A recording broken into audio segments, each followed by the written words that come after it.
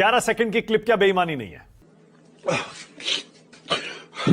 लगता है कि इस पूरी जो बातचीत है, उस बातचीत को अगर हम संदर्भ में काट के देखेंगे तो बात समझ में नहीं आए। बाबा साहब अंबेडकर, ये भारत के संविधान की और बाबा साहब अंबेडकर की इससे बड़ी जीत नहीं हो सकती है कि जिन लोगों ने रामलीला मैदान पे खड़े होकर बाबा साहब अंबेडकर के पुतले जलाए थे, उनको गालियां दी थी। मैं दोबारा इसको दोहरा रहा हूं, गालियां दी थी।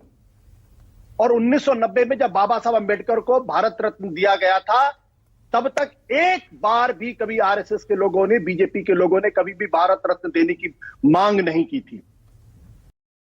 दिक्कत क्या है कि आज उनको पता चल गया है कि अगर वो बाबा साहब अंबेडकर के साथ नहीं खड़े होंगे तो हिंदुस्तान का दलित पिछड़ा उनके साथ नहीं खड़ा होगा। यह मजबूरी है। जब बंगाल में उनकी सीट चली गई तो मुंबई से अपने एक साथी को इस्तीफा दिलाकर बाबा साहब अंबेडकर का चुनाव कॉन्स्टिट्यूएंट असेंबली में कांग्रेस के लोगों ने कराया था। और वो महात्मा गांधी की कांग्रेस, वो जवाहरलाल नेहरू की कांग्रेस, राजेंद्र प्रसाद की कांग्रेस थी, सरदार पटेल की कांग्रेस।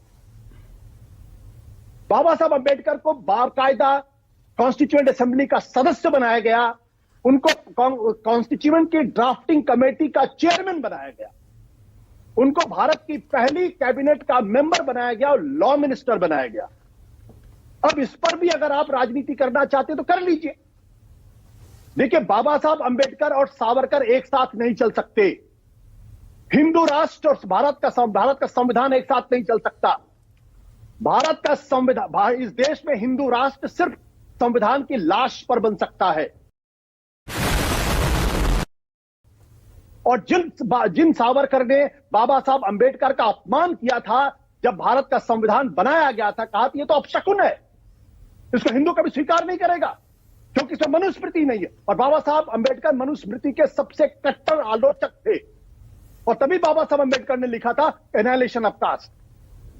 आज अगर इनको मजबूरी में बाबा साहब अंबेडकर की जय जयकार करनी पड़ रही है तो इसलिए करनी पड़ रही क्योंकि वोट बैंक की राजनीति है। मैं इसको कहता हूं कि बीजेपी, अगर कांग्रेस अपीजमेंट ऑफ मुस्लिम करती है तो आज बीजेपी अपीजमेंट ऑफ दलित करने के लिए मजबूर हो गई।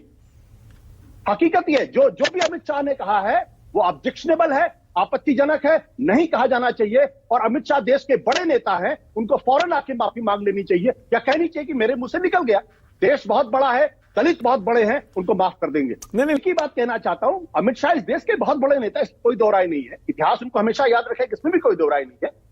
अगर आपको लगता है कि लोगों की भावनाएं आहत हुई हैं तो रिग्रेट करने में और कहने में मुझसे गलती हो गई, इसमें कोई छोटे नहीं हो जाएंगे। बिल्कुल।